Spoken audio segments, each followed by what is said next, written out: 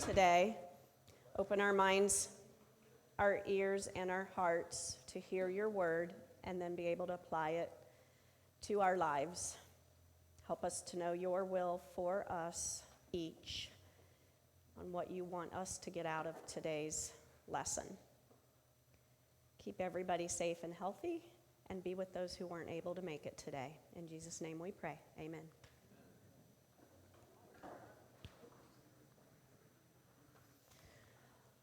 Okay, I am going to be continuing where I left off last week.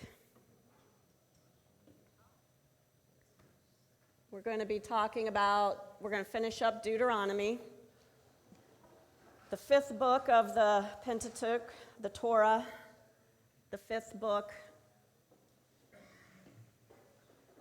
Then we're going to move into Psalm 91, which we're doing this in chronological order, so that psalm jumps in there right after Deuteronomy, and then we'll start Joshua 1 through 11. So how are you doing? Oh, I like to hear that. Great. Anybody have questions or concerns? No? Everybody's right on track? Doing well, understanding? Good. We're a little thin today. I hope I didn't scare people off last week. Yeah. Spring break week for Kettering and Beaver Creek. I think a lot of the schools are on the same spring break this year. Usually we're not. Okay, quickly I'm going to go over the outline that I had last week for Deuteronomy. I had an A, a B, a C, and a D, and we covered A and B. And we'll be finishing the very last part of B. So Deuteronomy is broken down into 3 speeches by Moses. And the first one was reminding the Israelites what God had done for them, a review of their journey with God. And then B was his second address. And these are principles for godly living, or the laws. 1 covered their covenant faithfulness and their set apartness. And that actually is all through chapter 4 through 11. The 10 Commandments were in chapter 5. Chapter 6 was the Shema, loving the Lord your God. Then there were, and I didn't go into detail, but laws for proper worship, how to worship properly, ruling the nation for leaders, and then laws for human relationships, which were in chapters 19 through 26. God covers it all, every part of their life in these laws. And then chapters 27 and 28 is where we're going to continue. And chapters 27 and 8 covered the consequences of disobedience and the consequences of obedience, or blessings and curses. And so we're going to cover that.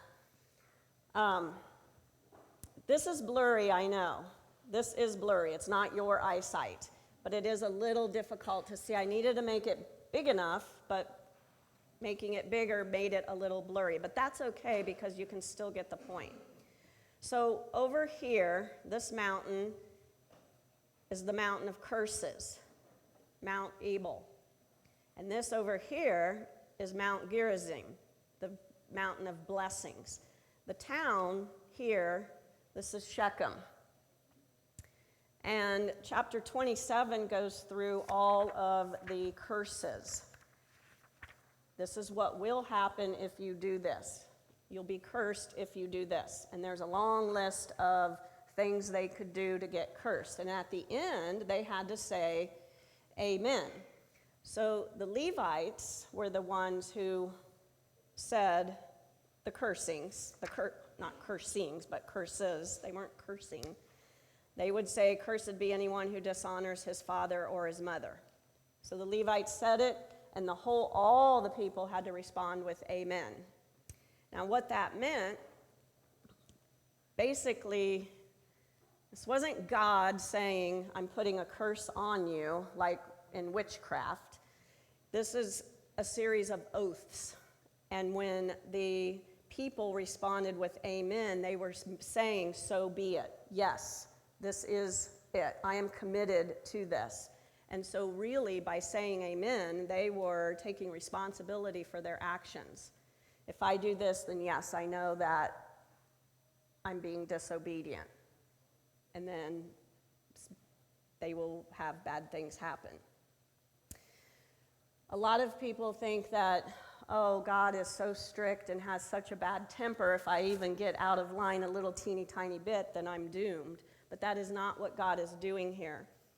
It's not God with a bad temper out to just crush people if they step out of line.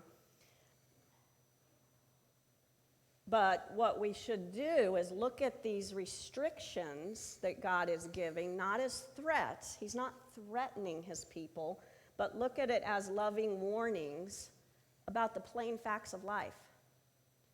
You give loving warnings to your children. You teach them, you tell them, don't touch the stove or you'll burn yourself. You disobey and you touch the stove, you're going to get burned, and that's going to hurt. And this is what God is doing. He's saying, you're living this life, you're going into this land. If you disobey, you are going to be hurt. And that is what God is doing. It's a loving warning, just as you give loving warnings to your children. You're not threatening them when you say, don't do that. You are doing it to help them. What I love that I discovered in reading through this, instead of just looking at God as some angry, strict punisher, really what this is all about is God is merciful enough to tell us the truth very plainly and very clearly. Not in anger, but in love. And he tells us this so we can avoid the serious consequences of our actions. The serious consequences that result from neglecting God. The serious consequences from wronging other people. He is all about relationships with people as well. So he is being merciful to say, hey, if you do this, this is what's going to happen. But you have a choice. You can do it or not, but you're going to face the consequences. And through life, we know there are always consequences with every choice we make. And from the moment we wake up until we lay our heads down to go to bed, we are making hundreds of choices every single day. Sometimes we're not consciously even thinking about it. We just do it. Other times we do think it through and we make a choice, and then there's going to be a consequence. It could be a good consequence or a bad consequence or something neutral, but there's always a consequence with our choices. And we have a loving God who's merciful enough to let us know ahead of time about these things.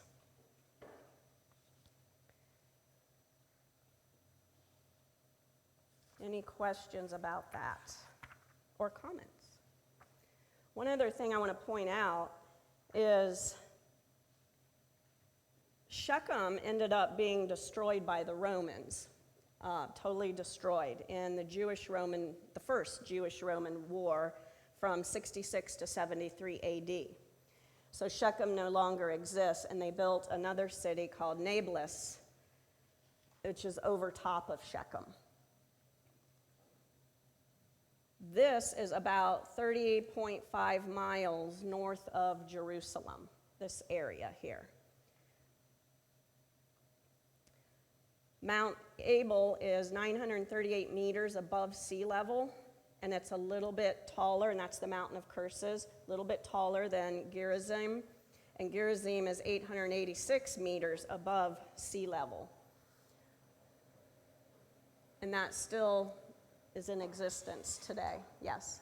Is there any reason that Abel was curses and Gerizim was blessings, or why not the other way around? Was there any reason? Oh. Well, are you done? She asked if there's any reason why one was the mount of cursing, thank you, and why one was blessings, one was curses. So I could not find any reason why it was picked like that. The mountain itself isn't a mountain of curses. It's just the mountain that they stood on to represent the curses, and the other represented the blessings. Unless somebody knows an answer to that, I could not find why one was picked over the other. I do know that Ebal in Hebrew means stone or bare mountain.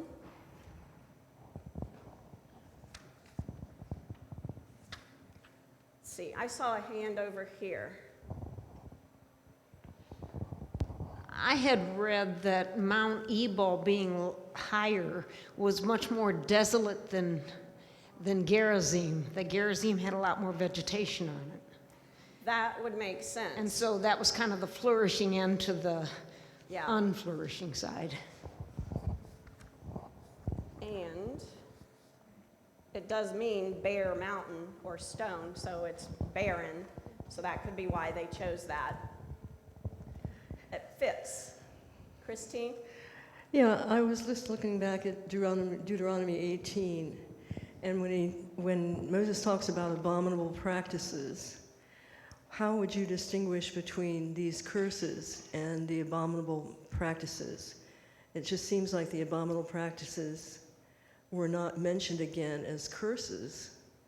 That the curses seem to be more relational within the family, within the body of Israel, whereas the abominable practices were just off the charts, horrible. I don't know. Well, the abominable practices are these that he's listing. And if they do them, then they are going to be cursed. Yeah, but they're not, there's some that are in there and there's some that aren't. Right, everyone is not listed. But Right. they do list them again. He lists more after the blessings in chapter 28. There are more that are going to be listed. Thank you. Yes, ma'am. And no, every single one of them, from the laws that all those laws, I would imagine, fall under this. One of them is, and cursed be anyone who lies with any kind of animal. So there are some sexual immorality things mentioned, and definitely family things. These are good questions. So blessings then start on page 28. So this is in Deuteronomy, and this hasn't happened yet. Moses is telling them that this is going to be what you're going to do once you enter the promised land. So they haven't done this yet. He's telling them this is what is going to come. The blessings, he blesses, if you read all the way through it, from 2 to 14 of chapter 28, he blesses where you live, all your fruits, fruit of the womb, fruit of the work and labor that you do. So he's going to bless your children, your food, your cattle, your flocks. He's going to bless your coming ins and your going outs. Wherever you go into and wherever you go out of, every part of your life is going to be blessed. When you're at war, you're going to be blessed. When you're working, even the weather is going to bless you, because you will get the rains for your harvests at the time that you need them. Now, all these blessings may not come in our lifetime. Some people like to use this as a litmus test against God because they don't have all these blessings, even if they think they're following his ways. They won't come in our lifetime, all of them here on earth, but what we do know is we will experience the fullness of all his blessings when he establishes the new heaven and new earth on Jesus' second coming.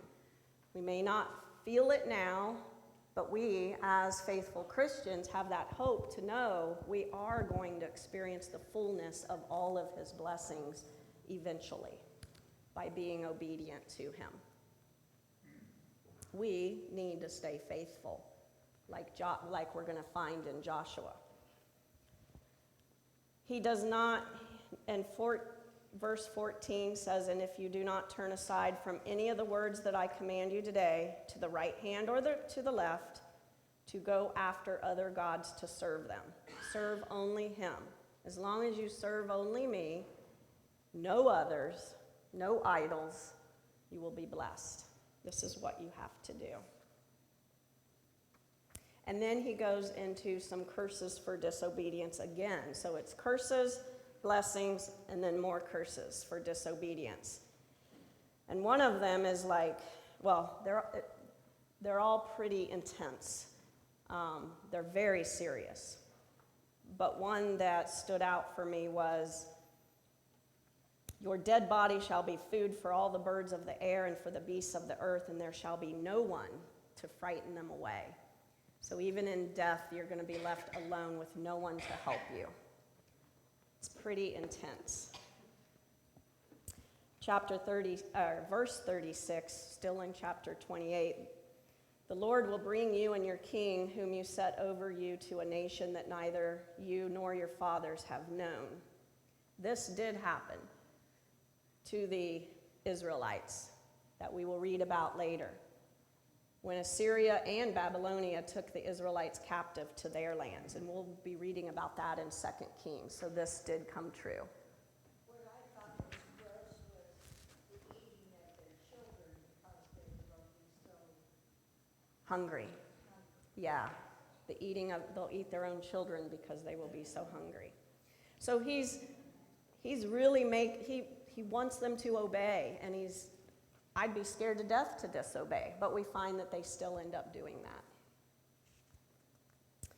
Another thing I wanted to point out real quick is verse 46. I like this. This hit home for me. "They shall be a sign and a wonder," or it says that because you did not obey the voice of the Lord your God to keep his commandments and his statutes that he commanded you. They shall be a sign and a wonder against you and your offspring forever, because you did not serve the Lord your God with joyfulness and gladness of heart because of the abundance of all things." Basically, he's saying because you're not grateful for all the things I gave you. Instead, you're complaining about what you don't have and what you want more of. He wants us to be grateful to him and to see that he had all he's given us, instead of comparing of what other people have and wishing you had that, and oh, I don't have enough, and why can't I get on top like my neighbors over there? Why can't I get a break? He wants you to look at the things he has given you, because what he gives you is what you can handle. What he gives other people is what they can handle. And not everybody is given the exact same kinds of or amounts of blessings. So he wants our full heart with him and recognizing all he's done for us.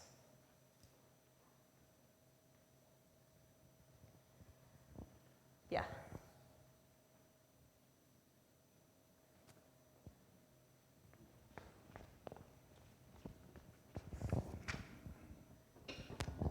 When you were talking, I had two thoughts. The first was how God says, don't turn from the right, or don't turn to the right or the left. And it reminded me of our current political state. Some people turn to the left, and and then obviously there's a lot that goes on with that can be wrong. We can turn to the right, maybe be wrong there also, in that we trust in our political system to right the wrongs of this country, when really it's about the fact that we've kind of abandoned God in a lot of ways. And so if we turn back to the center, which is God, not necessarily center politically, but center in God, instead of our political parties, it would do us well. Also, when they talk about eating their children, we do the same thing. We don't physically devour them with our mouths, but we abort them. We don't treat them the way they should be. We put them in situations that are far beyond a child's control in what we let them watch, see, and do. What we expose them to now is far beyond what they should be exposed to as a child. And so it's really no different. It's just that we, through our sin, have caused ourselves to be starving for God. And instead of eating God, the bread of life, we're eating our children. Yeah, good point. Turning from the left or the right, God is very clear and specific in the Bible. And when we try to add things to what he says or take away from what he says, we're turning to the left or the right. And the political situation is a good example of that. Exactly. There's someone over here. And eating your children, yeah, that's literal, if we take it literally, eating flesh. But the symbolism is abusing them, hurting them. The abortion is a great example too. Yeah. Thanks for sharing that. Yeah. Well, in verse 46 here it says, they will be a sign and a wonder to you and your descendants forever, because you did not serve the Lord your God joyfully and gladly in your time of prosperity. So when you get rich, you forget God. Yeah. Yep. And when you get rich, also, the more you want, and you're still not satisfied. But yeah, when we're doing well, we think it's all us doing it, and we forget that that is God. Yeah. Yeah. We need to give God credit for everything, even when we get rich. Yeah. We didn't do it, he did. Yeah. It's so easy to, when we're suffering and hurting, then we turn to God and want him to magically fix it. When we're doing well, we forget to turn to God and thank him. Okay, so 27 is the list of curses. 28 is the blessings for being obedient, and then the curses again.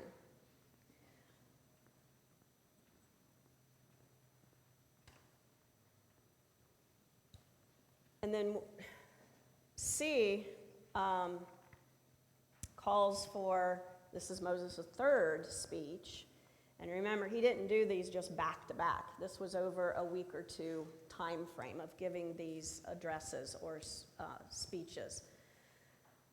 The third one is a call for a commitment to God. Again, a renewal of the covenant. He's reminding them of the covenant, and to now, if we go to if you have your Bibles and you want to go to chapter 30, verse 15, he gives a choice. See, I have set before you today life and good, obedience and blessings, death and evil, disobedience and curses. So you get either or. I'm giving these to you. If you obey the commandments of the Lord your God that I command you today, by loving the Lord your God, by walking in his ways, and by keeping his commandments and his statutes and his rules, then you shall live and multiply, and the Lord your God will bless you in the land that you are entering to take possession of it. But is a big word in here. But if your heart turns away, and you will not hear, but are drawn away to worship other gods and serve them, I declare to you today that you shall surely perish. You shall not live long in the land that you are going over the Jordan to enter and possess. I call heaven and earth to witness against you today that I have set before you life and death, blessing and curse. Therefore, choose life that you and your offspring may live. So, God loves them. He's not forcing them. He doesn't want them to do it out of fear. He wants them to make that choice. I'm going to obey so I can have God's blessings, so I can love him with my whole heart, or I'm going to disobey and have death, have the curses, and then death, which is hell. He's very clear. There is no mistake what God expects. And that is because he's a loving and merciful God. So this is one where I think people can go off track because they see, if you do good, I'll give you good. If you do bad, I'll give you bad. And the interpretation of when things are hard, that's a curse. God gives us a lot of different things that stretch us, that challenge us, that get us to love him with all our heart in the use of the time, talents, and treasures. And sometimes we don't really like that. You know, it says God will never give you anything you can't handle and the tools to endure. And sometimes we go, yeah, I'd like you to give me a little less. Yeah. So it doesn't mean We complain. easy life and perfection and no problems. The only person that deserved that was Jesus Christ, and clearly he did not get that. So why do we deserve the easy life? It's the life of loving Jesus. And Pastor talked about it in the sermon today about even in the hard times, you can have the joy of the Lord within your heart and know that there is purpose in the challenge. Look at the apostles in jail. They were singing. Who sings in jail? And look at Daniel, too. He stayed faithful, and he was a servant. And Joseph, sold into slavery by his brothers, stayed faithful and still saw the good. There's so many examples of that. But yes, you are correct. We have to keep that hope and our faith so that when Jesus comes again, that's when we are going to see the full expression of all his blessings. I thought I would, if I can get it here, share out of Hebrews what I think is a parallel to what we're seeing. If I can get it. Yeah, it says, and this is speaking out of Hebrews chapter 3. Harden not your hearts as in the day of provocation, in the day of temptation in the wilderness, when your fathers tempted me, proved me, and saw my works 40 years. Therefore I was grieved with generation, and said, they do always err in their heart, and they have not known my ways. And then it goes on to say, take heed, brethren, lest there be any of you an evil heart of unbelief in departing from the living God. So the Hebrews left their God. They left what they were told to do. Yeah. So guiding us up in departing from the living God, but exhort one another daily while it is called today, lest any of you be hardened through the deceitfulness of sin. God wants us to be sanctified, to grow more like him. Mm-hmm. If we turn away, we're no different than the Hebrews. That's exactly right. Yep. And we are going to see that they turned away, and God used evil kingdoms to punish them. We'll see that coming up in Kings and Judges. Then the last of Deuteronomy is the change in leadership. And I'm not going to go into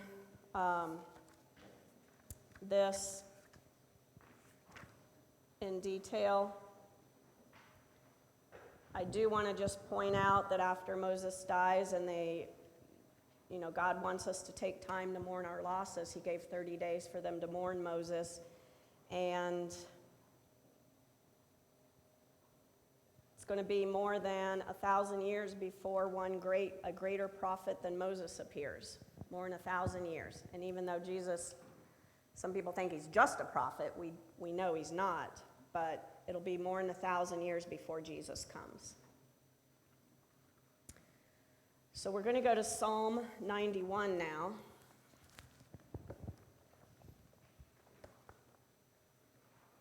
It's written by Anonymous, and it's really all about my refuge and my fortress.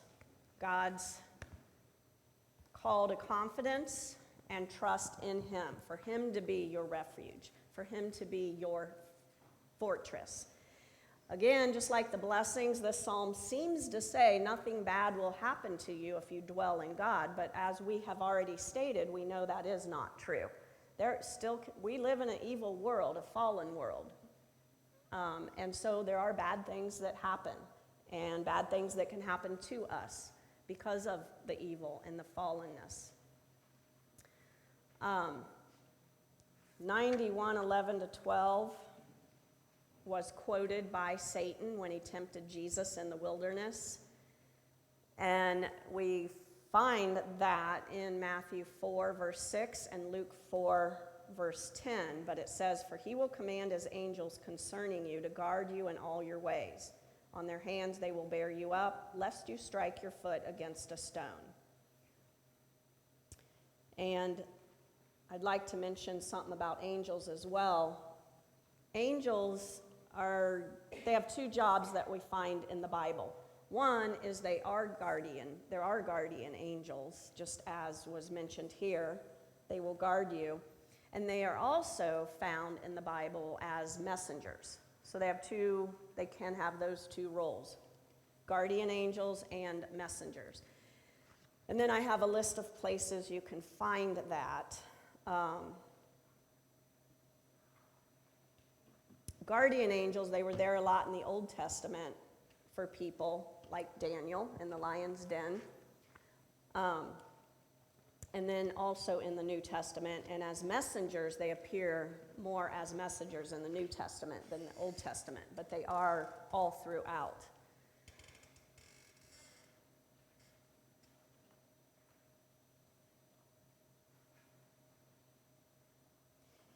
And the last part of Psalm 91, 14 through 16, is God speaking.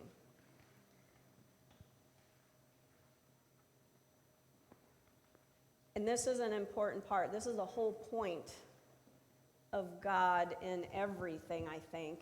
He wants us, well, I'll read it. "Because he holds fast to me in love," God saying this to his people, "hold fast to me in love, I will deliver him, I will protect him, because he knows my name." And that's an intimate relationship. Because you have an intimate relationship with God, he will deliver you. And that final deliverance will be to heaven one day when Jesus returns. "When he calls to me, I will answer him. I will be with him in trouble." Doesn't say he's going to keep the trouble away, but he will be with us when we are in trouble. He will help us. He'll give us the strength to get through it. He'll give us the faith, the grace, the love to get through the trouble we find ourselves in. "I will rescue him and honor him. With long life I will satisfy him and show him my salvation." If all God wants is for us to make him our very home, the place we want to be more than anywhere else, to be with God. That's what he wants. That's what all of this is about. If we are able to do that and we make God our very home, then this is what we know. We will know that God loves us and does want us to flourish. We will know that God does not wish harm on any of his children. We will know that God is always with us. He will not leave us alone. God is able to use unhappy or hard events in our life to make us stronger and grow in some way so we can then help others. That is the whole purpose.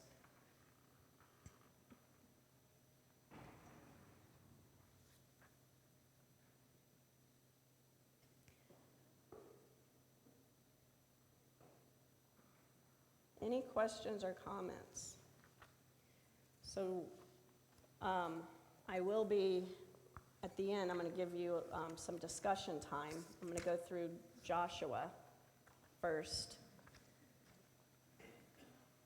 But one of the things that I want you to think about and answer for yourself, honestly, really dig deep, maybe even pray for God to help you look into your heart with honest eyes. And do you do that? Do you make God your very home? Is God the place you want to be more than anywhere else or with anyone else?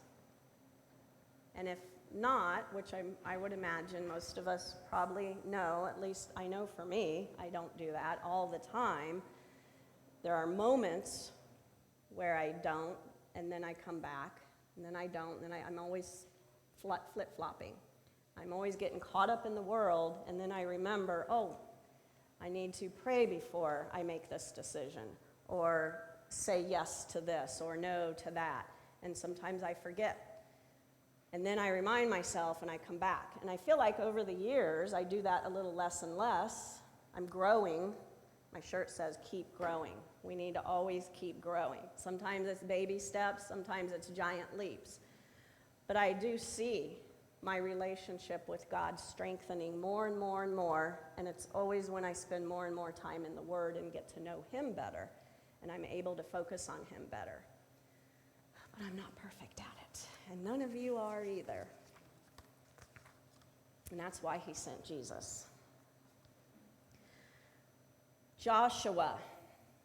This book is all about obedience. It's the first of the history books. And what I find fascinating, again, every single time this happens, is Joshua comes from the tribe of Ephraim, and it's one of the smallest tribes. It's the third smallest. Manasseh is the smallest, then Benjamin, and then Ephraim. And then all the rest are a lot bigger, with Judah being the largest. But Joshua was chosen by God to be a leader from this smaller tribe. And it wasn't from anyone in the tribe of Judah. We know Jesus comes from the tribe of Judah, but here we have Joshua, chosen as this great leader to succeed Moses, who was also a great leader. That's big shoes to fill. But God has been preparing him all along the way. He was a man of great faith, and we know this because he's only one of two whose faith was so strong that he is able to enter into the promised land, who came from the original group of people in the Exodus. He and Caleb are the only two that get to go in the promised land that started out of Egypt and the Exodus, who have witnessed all the miracles that God gave in saving them over and over.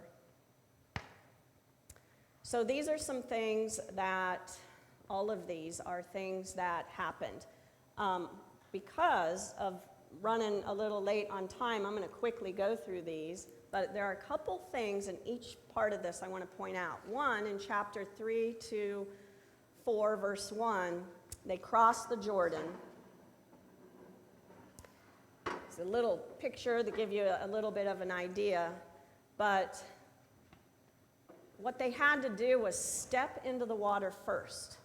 They had to take a step of faith before anything would happen. So nothing has happened yet, and they're stepping in the water. And then, if you notice here, as soon as they stepped in, the water starts separating. So they showed the faith first. Oops. Which I find really fascinating. And they did it. They at this point in time, have faith. Once they all, 2 million of them, get over across, and they're all now in the promised land, they are referred to as a nation for the first time. They're not referred to as the people anymore, the Israelites. They are referred to now as a nation. First time. Had not been referred to that before that. Then we have the 2 spies that go in, and Rahab. We know the story of Rahab, so I'm not going to go into detail, but Joshua, as a good leader, sends spies in first to check out the lay of the land. See, what are we up against? What is going on? And so they go in. Rahab has a house. This is kind of what Jericho may have looked like. It was a very large, fortified city. Even the other nations in that land didn't attack them. They were very strong. So they come up against one of the strongest people as soon as they enter the promised land. They have 2 tiered, they have a lower wall and then an upper wall, and the houses are all throughout. And Rahab's was right in one of those walls. So they could easily escape if they had to over the wall, and they could see more of what they needed to see. So Rahab is a prostitute. She's living in Canaan. They're worshiping other gods. They don't know the one true God, but she has a faith in this God. She's heard all the stories. She wants to help the spies. And it's like she knew. It was like God was calling her to be one of his people, and she knew that bad things would happen if she didn't. She knew everybody's going to get destroyed. So she helps them, which is a very big risk, because if she got caught, she would have been killed immediately.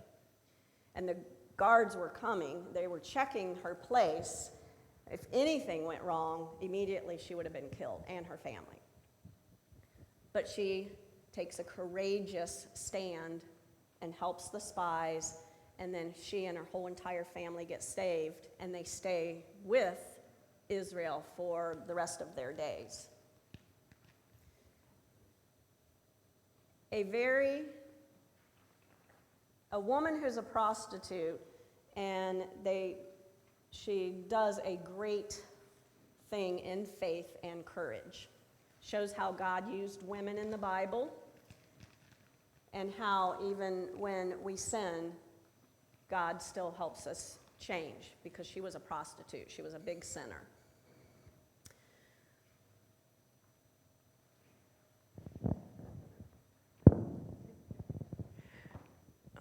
It's interesting to me that she has had no personal contact with an Israelite up to this point.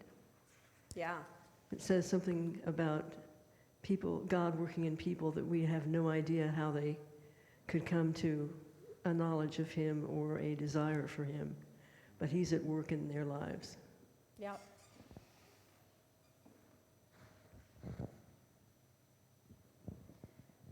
All she knew were some stories that were passed down. Okay, circumcision of Israel.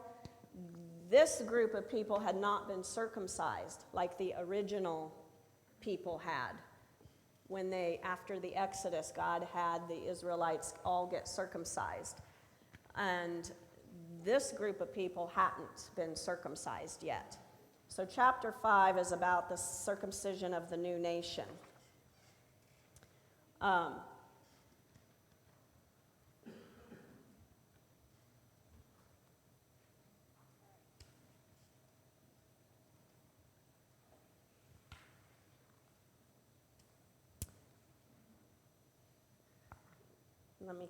gathering my thoughts here, how to present this. So,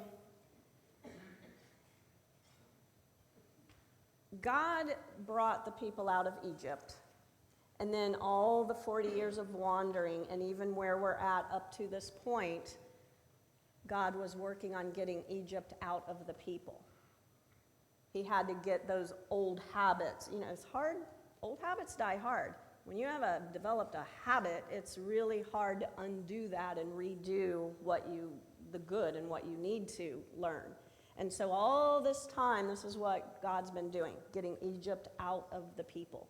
Those bad habits, those sinful ways, those sinful desires, all that they knew living in Egypt for so long. And Egypt worshipped many gods, and the Israelites had fallen into doing that as well. So this circumcision, if you look at Joshua 5, chapter 8, when the circumcising of the whole nation was finished, they remained in their places in the camp until they were healed. And the Lord said to Joshua, "Today I have rolled away the reproach of Egypt from you." In that moment, God had gotten Egypt out of the people, and now they can continue to move forward in their faith. And so the name of that place is called Gilgal to this day. It's 8 miles north of Jericho, and it becomes their home base as well through all the killings that are going to be happening. It's kind of like a second Exodus. It's exactly 40 years later. And what it's doing, really, it's not just the physical act of the circumcision. He's preparing their hearts by circumcising them to remember all God had done for them and to be obedient now that they're in the promised land. So the circumcision, for God's battles, it's really not about the swords. It's really about preparing the heart so that we can fight evil in faith, not just with swords. The first Passover in the new land happens, and once I don't have any deep revelations or anything about this, but as soon as they eat food for the first time in the new land, celebrating the first Passover, the manna stops. Up to this point, God was still giving them manna. He was still giving them their bread. And now that they're in the promised land and they're celebrate their first Passover and they're eating food from the land, the manna now stops. They can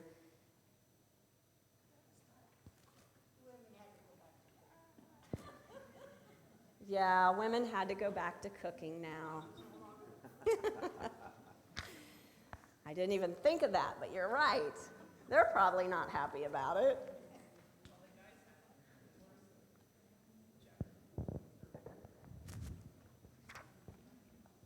We have words of wisdom from Suzanne again.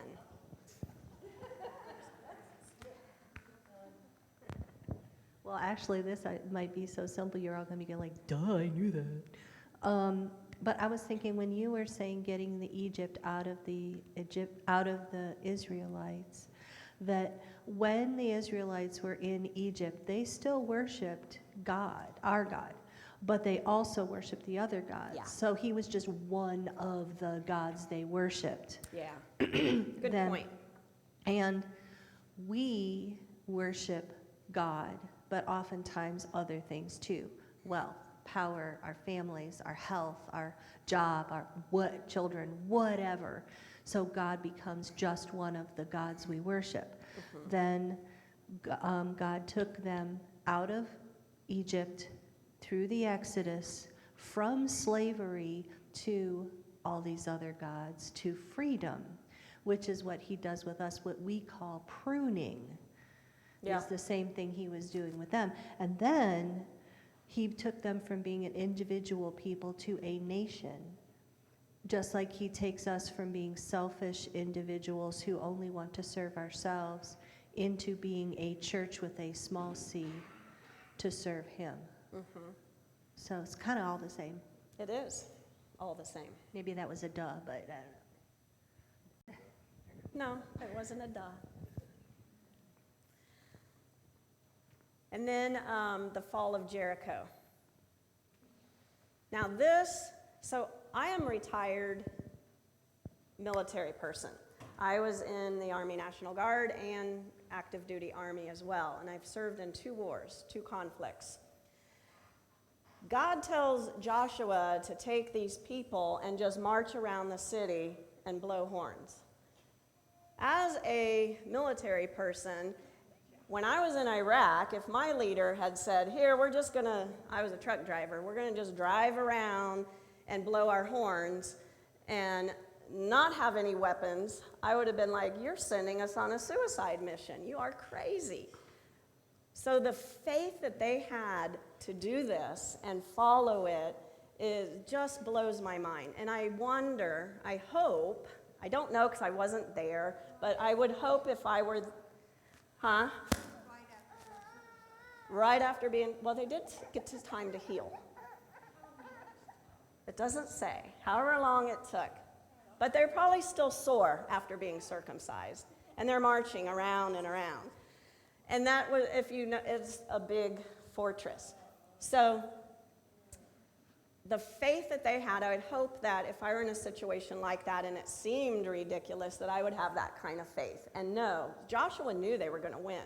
He had absolutely no doubt, and he followed it. And they didn't seem to be embarrassed at what the people in Jericho might be thinking. I'm sure they were laughing at him, probably shouting all kinds of comments and things at them. But then the walls fell, and fear spread throughout Canaan. All the other places, all the other cities heard about this, that the mighty Jericho fell at the Israelites' hand because of their God. And so not only did they fear the Israelites, but they feared their God too. And they knew their God was with them in doing this. And it spread everywhere.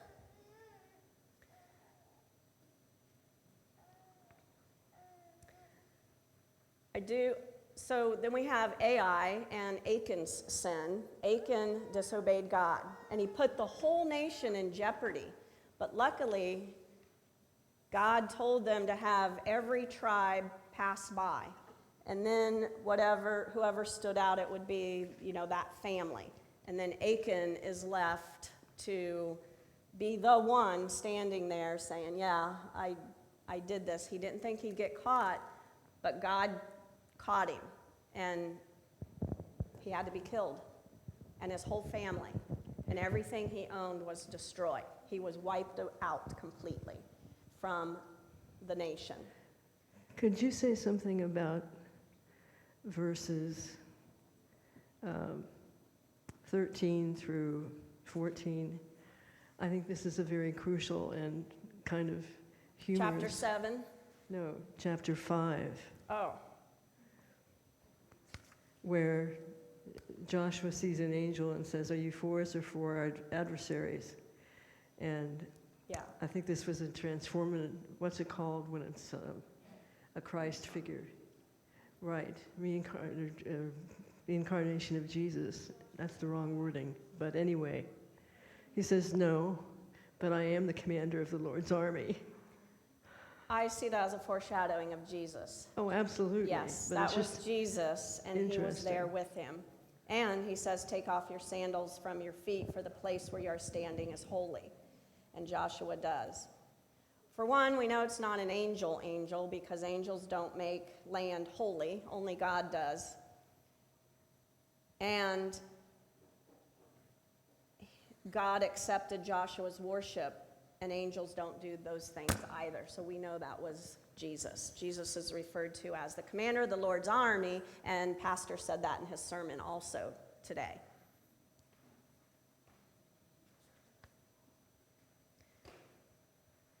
It doesn't go into any more detail, so we don't know exactly, he shows up.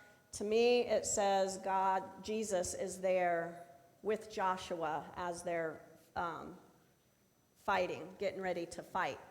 So a sign of God saying, hey, I'm with you as you get ready to go do this. Another reminder, I am here with you, is what I think. So they go into battle against Ai, and some people die, and they lose the battle. And Joshua doesn't know why. He didn't know Achan had sinned. He didn't know Achan had taken some of the... they're supposed to destroy everything, and there's only certain silver and gold they can bring for God. Well, Achan stole some of that was meant to be for God, for God's treasure. And so that's why they had lost the battle. After Achan is wiped out, they go back and fight Ai again, and then they win, finally. So disobedience, even one person in the nation affects everybody else. Just like your actions affect your family. And it can affect your church family as well. It affected the nation, causing the people to die in the battle, and they lost the battle. So then Ai falls. Then they go and they renew the covenant at Abel and Gerizim. So now they actually fulfill what Moses has said they were going to do, and they do that. And then they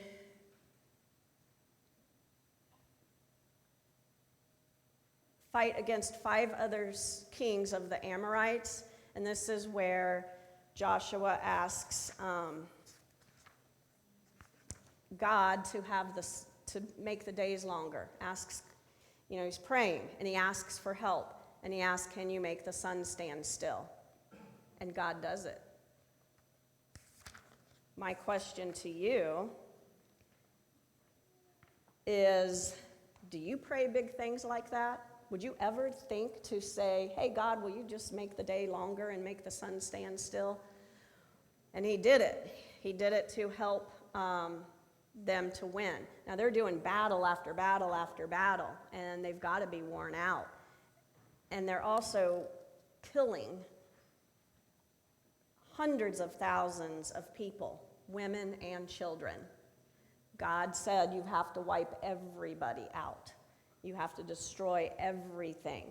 He wanted all evil taken out of Canaan, where Israel was coming to take over, including children, babies, elderly, women, not just the men.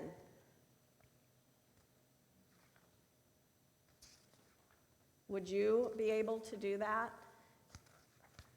In a way, God is asking us now to fight against evil. This was a literal thing where they were killing all the people who were worshiping these other gods. We aren't asked to kill people, but we are asked to fight against evil. And there's all kinds of evil in the world, and it seems to be getting worse. Evil is telling our children that they're not really a boy or a girl, and they can change their sex from one day to the next. But we don't kill the people, but we do have to fight against the evil, and that is what we are to do. With God's counsel, yes. So it's not because God is a murderous God and just wants to kill all these people. He's using Israel to separate his people from evil. And then he goes through and conquers the south and the north. And if you look, they started here. This is the Jordan River. You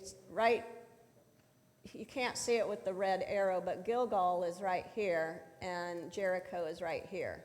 Over here is Jerusalem. And this is how they moved through, killing, destroying.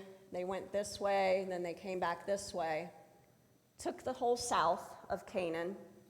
Then they went back to Gilgal, to their base camp. This still is their base camp.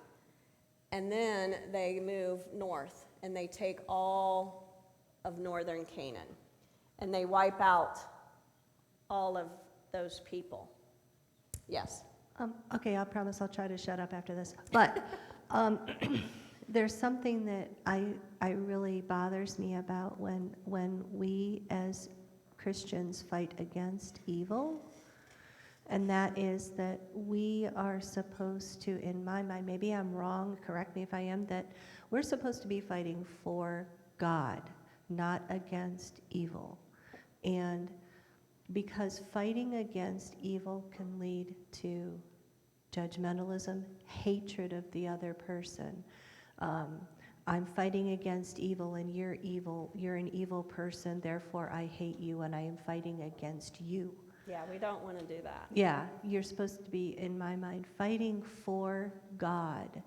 I am not fighting against the person, I'm fighting against the principalities and The sin.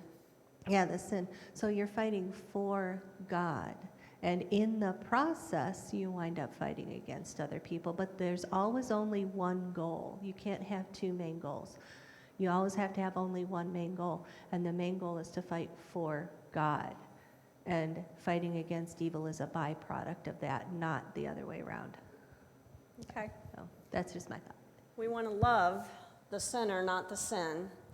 So fighting for God, we love the person, and we want to help encourage them to not sin. But yeah, we want to fight for God. Yeah. So I'll step in on that one, and I'll say it comes down to your point, the motivation, the why. And so at my previous church, the pastor was talking about one of the regional youth gatherings. And at that time, the youth were in a certain hotel, and there was a big protest because all the people were like, hey, these are these Christians that are beating people over the head with the Bible, and everybody else is going to hell, and they're elitists, and they're separatists, and they hate everybody. Well, the leadership of that group were challenged with what to do. Do you address it? Do you ignore it? What do you do? And the pastor's daughter got all the youth together and went to the kitchen, and it was cold outside, and got hot chocolate and sandwiches, and walked outside and just started feeding all of the protesters. They expressed love. And that changed the demographic, it changed the conversation, and it got the two groups to talk. And it took it from, we hate you because you're against all the diversity and inclusion that the world needs, to opening them up. Now, was that the kids doing it? I don't think so. I think that was God softening hearts and opening minds. And Love that's conquers how all. it can work. Yeah, love conquers all. That's why we have to remind ourselves, hate the sin, not the sinner. Yeah. Okay, question on that. Do you think that that approach would have worked in Canaan in the time of the Israelites with Joshua? No, and that's Mark Delory's opinion. And the why is because God told them what to do. There was the difference between inside of the boundary of Canaan and outside the boundary. And you had it on the board. One of those groups that was inside the boundary caught a clue and went, they're going to kill us and we're going to lose. Look what happened to Jericho. And they deceived. God was purging the land of the evil so the Israelites could live there and be God's people. Exactly. He was setting them apart. And he knew if he had left anything, the Israelites would have been tempted by any. He had to get rid of it all so the Israelites would not be tempted. So he could still continue to grow them as his people, being set apart. To bring God glory is why he was doing this. Yes? Hey, Carrie. Okay, who are the players here? We have God. Obviously, God is the primary player in all this. We've got Joshua. We have the Israelites. I mean, there's relationships going on within those three. But there's another relationship that we can't forget here, and that's with the Canaanites, those people that they were trying to impact. And I think that a lot of the death and destruction that occurs just shows God's might. But that also plants a seed in those evil people on the other side. It says, hey, look, we're over here on God's side. If you're not there, guess what? And I think that impacted a lot of the future that goes on here with the Canaanites. So we need to not forget what those relationships were. Also, you know, with the Israelites, I mean, they were a stiff-necked people. They were a hard people, and so you may go ahead. We are beyond our time. You can All keep right, talking. no, that's okay. I'm just telling others to go. People are leaving. No, keep talking. That's it, that's good. I just wanted people to know some people are leaving. Kids' Sunday school is finished if you have to get children or anything. So we had some great discussions and points made, and I love that. Sorry we didn't get to have, I do want to real quick go over where we see Jesus. This is like the most important part. So in Psalm 91, 11:2, we see Jesus there.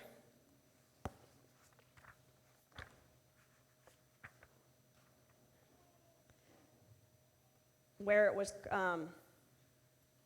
quoted by Satan, which I did kind of already talk about, but you can see that in Luke 4:9-11 and Matthew 4:6, and then 91:14-16, and that's God talking.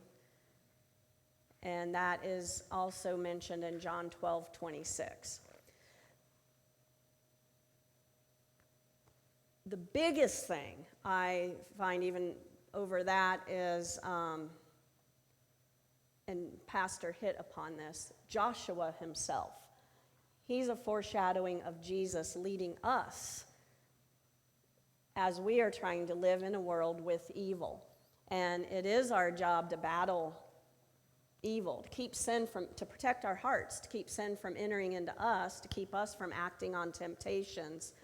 But the whole thing of going through and fighting all the evil, he doesn't want us to kill people per se, but we are in good and evil. It's a constant battle. And that all of Joshua, I think, is a foreshadowing of Jesus leading his people.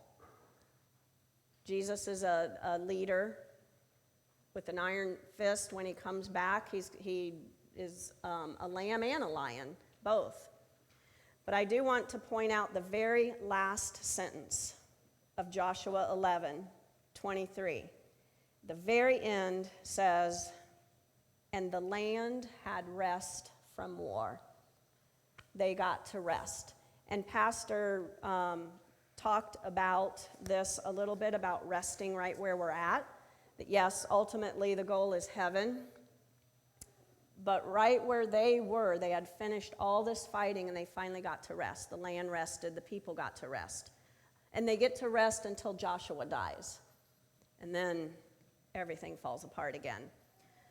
But we faithfully follow Jesus and we battle evil, and we will get to rest one day in the promised land. But as Pastor Mark pointed out, we can rest right now where we're at too, in God, that with faith and hope that God will protect us and get us through this life until we are in heaven. This all took 7 years to go through all of this battling, to totally conquer southern Canaan and northern Canaan. To conquer all of Canaan took them 7 years, and then they finally got to rest. Yes? We didn't touch on it, but I thought the story of Gideon was really good. I know. They were really smart, but the thing it said was they did not. The thing they said was they did not. It's not on. They didn't counsel with God. Right. They didn't ask Him. And how many people today are deceived because they don't go and ask God? You know, they just decide themselves. Yep. I wanted to hit on Gibeon because of that, because they didn't go to God first. Gibeon got to live. They got in another battle to protect Gibeon from the other kings. And Joshua didn't pray first. Through all of this, his faith and obedience did grow. You can think about these questions since you don't get small group time, or if you want to meet in your small groups or husband and wives talk, but I would like you to think about how you would answer these. I mentioned the first one already. And then, why did God want Joshua to kill all the people they battled, including the children? We touched upon that. But think about, would you have been able to obey his order? Would you have said, I don't agree with this, God, I'm not going to do it? Or would you have been able to do all that killing? So, sorry we ran over. Sorry you didn't get small group time, but we had some great large group discussions and lots of input and questions, which I welcome always. Have a great week.